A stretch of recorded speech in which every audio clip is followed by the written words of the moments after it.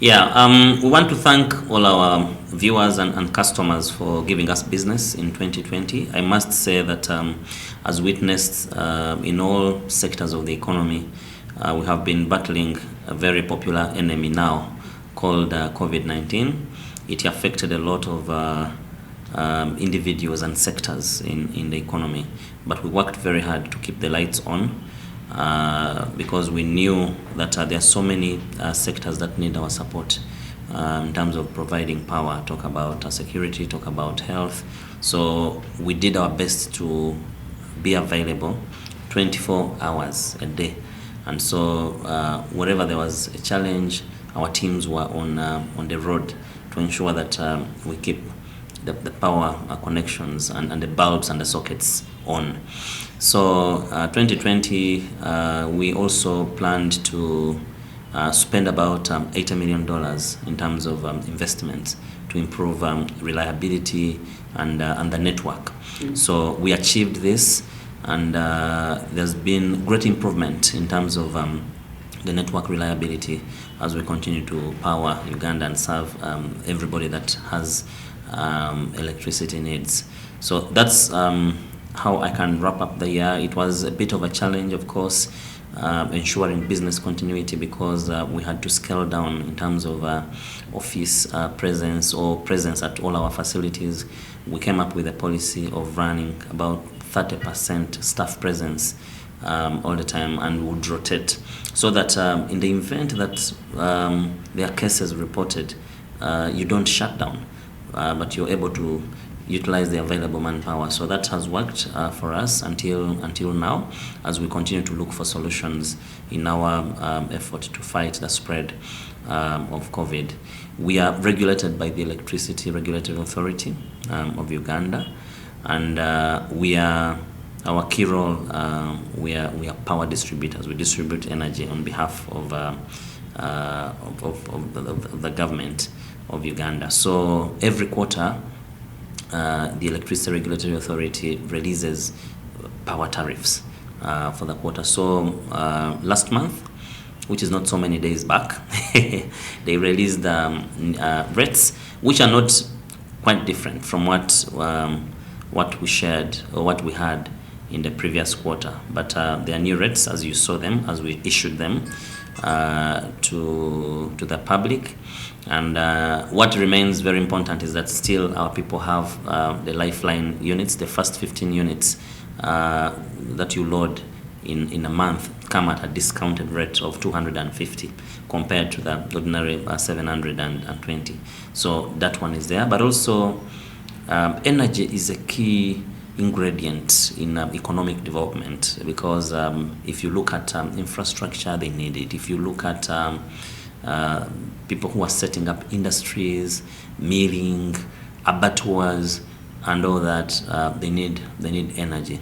So government has come up with a deliberate effort to ensure that the tariffs are not prohibitive, and that people are able to have access to reliable power. And that's why we are putting in a lot of investments. In the previous year, we were able to work and fix and upgrade a number of substations to ensure that we improve power reliability.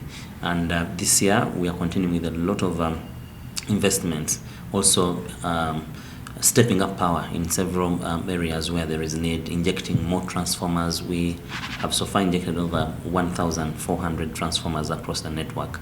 So we are looking forward to increasing that and injecting them in areas where they are needed to ensure that there is actually reliability. And when you look at the National Development Plan 3, industrialization is key, and it's driven by energy. That's why there is a lot of investment going on in the energy sector, ensuring that we actually have more generation plants, both big and then the mini hydros, all those in place, so that once we have more power in supply, then we can go out to continue looking for demand. So it should be the other way, supply in place, and then we chase for demand. So we're thinking and we're working very hard to ensure that this year we do our very best in stabilizing the networks. We've done a lot of investments in ICT, where we we bring convenience to our customers.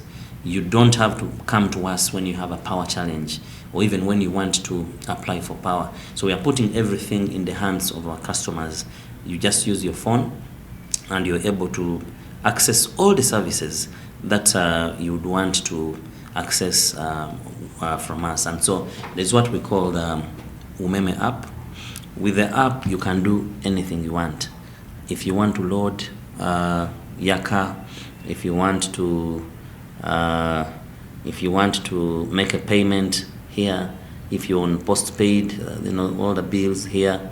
So we've done a lot of things to bring about convenience, heavy investment in ICT, and so we are continuing to improve, which also takes me to the other point you raised, that there's been some complaints of people asking, they buy and then the tokens delay to come. We had a bit of capacity issues, especially also from the network providers, and the major problem was the misconception, where people got to think and believe that if you buy at the beginning of the year, either end or beginning of the month, you get more units. And and we've been telling them that that is not exactly true. The issue is that if it is your first loading in a month, the first 15 units will come at a discounted rate. We call them lifeline units. And so you can load at any time. And we've been advising them not to wait for end or beginning of month. So, because when everybody is struggling to load at the same time, there's a lot of congestion on the system. And also the network providers, if you're on MTN or Airtel, there's a bit of a challenge. So we are continuing to remind members of the public that you can load your token, your Yaka token, you can buy your Yaka anytime. As long as it is your first loading in the month, you'll get the discounted units.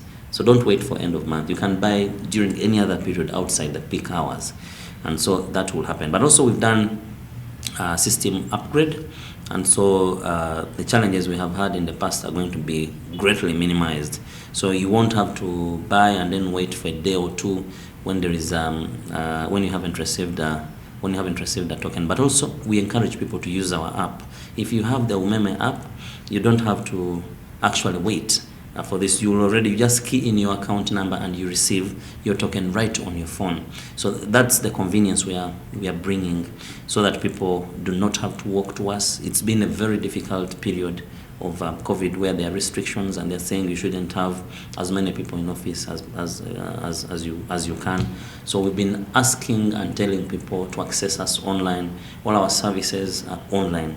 You can use our website, you can use our contact center, you can call us, and we are able to work effectively and even serve you better, so that we leave you to concentrate on your work other than losing time and resources in terms of the making the journeys to visit our facilities. So we think we're going to do much better and more investments in the field of ICT to continue improving our customer experience, especially those that transact with us. Certainly, Era would have to share that, but I know that they do a lot of consultation. That's why you hear of what we call public hearings. Just before these new tariffs were announced by Era, they had a public hearing where they were getting views of the people, making input into the tariffs. So this is taken it's well taken care of. They invite people. Of course, they didn't have. We didn't have the usual where people would gather in one room and then start brainstorming and sharing the experience and all that, but it happened virtually and people made a lot of contribution to it. So it is informed by a series of engagements with the public and all the other key stakeholders before you arrive at a new tariff. First of all, like I said, we've been doing a lot of upgrades to ensure that we stabilize the network.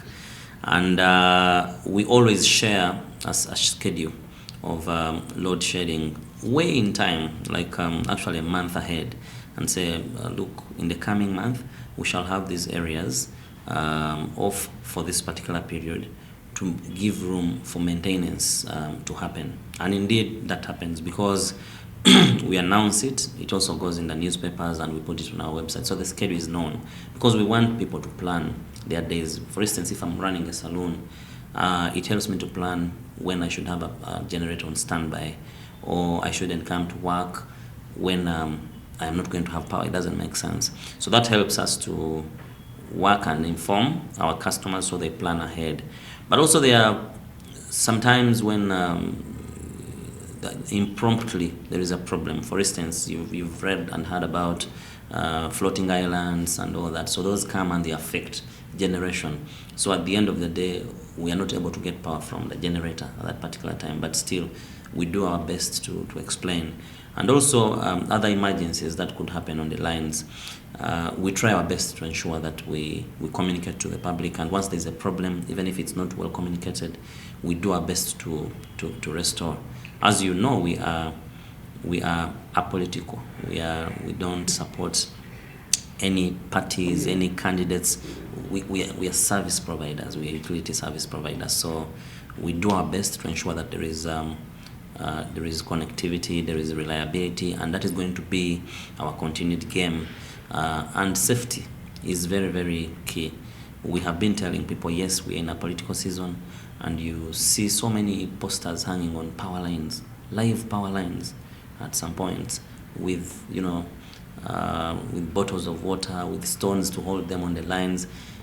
Very risky business, because you can't even imagine how a person climbs to put such material, such foreign material on the cable, and then you never know when it will come down. It might be you, it might be somebody else who is actually nearby and will lose life. So we are continuing to engage and sensitize the public about the need for safety, and also to remind them that, by the way, under the Electricity Act, it is actually punishable within the laws of Uganda for anybody who is unauthorized to move closer to a power line. So we're continuing with these engagements and sharing with the public, reminding them of what we expect from them. Umeme got a 20-year concession in 2005, and so we've been running for close to 15-16 years, and this concession is actually still running until 2025. And at the time the concession was given, the total power distribution in the whole country was about 300,000 customers or connections. But over the years, we have grown. As we speak to date, we are serving over 1,530,000 customers. It means the network has grown fivefold in terms of the people that we serve. Reliability has greatly improved. I remember when power used to go and it would take us 2 weeks to get it back. But now the systems are computerized, and we know we are able to detect faults, and that's why we are able to share. Even when you talk about load shedding, we are able to detect because of the heavy investments that we have made in the system. We are working very hard to support all the other key sectors, because you realize almost right from the SMEs to the top industries or the top power consumers, nobody works without electricity. So we've done a lot to improve the lives of a number of people. Directly, we employ over 3,000 people as a distributor, but also there are so many people who are connected to that, because if there are people in the informal sector running salons and all that, relying on power, it means you're making direct impact on all this. And when you look at all the other secondary benefits which are coming from that, it's great improvement to the economy. And like I said, that power is a key ingredient in all efforts to support economic development. So we're doing our best to ensure that we improve. We are also looking into continued support to the communities that we're working through corporate social investments. We are environmentally friendly. That is why we are working to move from use of wooden poles to concrete poles, so we can secure the environment. We are making investments also in environmental sensitization and education in so many schools in the country. So all that is going to help us to ensure that we make contribution to the economic agenda of this country. In 2021, as we said, we want safety first. We don't want to hear that people have died on our lines. So we're going to invest a lot in public sensitization and engagements, and also to tell people that power is dangerous, especially if you are unauthorized. And that for you, if you have any power needs, please contact us through our contact center, through our offices near you. Do not climb or come closer to any power line when you're not authorized. Do not involve yourself in illegal connections, because it can cost lives, it can cost property. So we encourage people to utilize the facilities we have given. We are almost in every area, and so people can utilize us, and we are online almost 24 hours a day to help. So we're going to concentrate on safety. We are continuing investing in ICT so that we'll continue to bring convenience on the side of the customer. We're going to invest heavily in ensuring that there is network reliability and stability, so that the intermittent power shutdowns don't happen. And if they're going to happen, you inform the clients, the customers way in time to ensure that they don't incur losses. We also want to continue to work with everybody in the sector so that we can continue to improve the sector. Generally, as I indicated to you, we had over 10 substations upgraded. We are going to start building a number of other substations in the regions. We're in Western Uganda, in Liantonde, where we are planting a new substation there to support industrialization in Mbarara and that entire region. So we are looking forward as a company also to new streams of revenue, but also trying to see how we can serve our people better in terms of connectivity, reliability, and stability.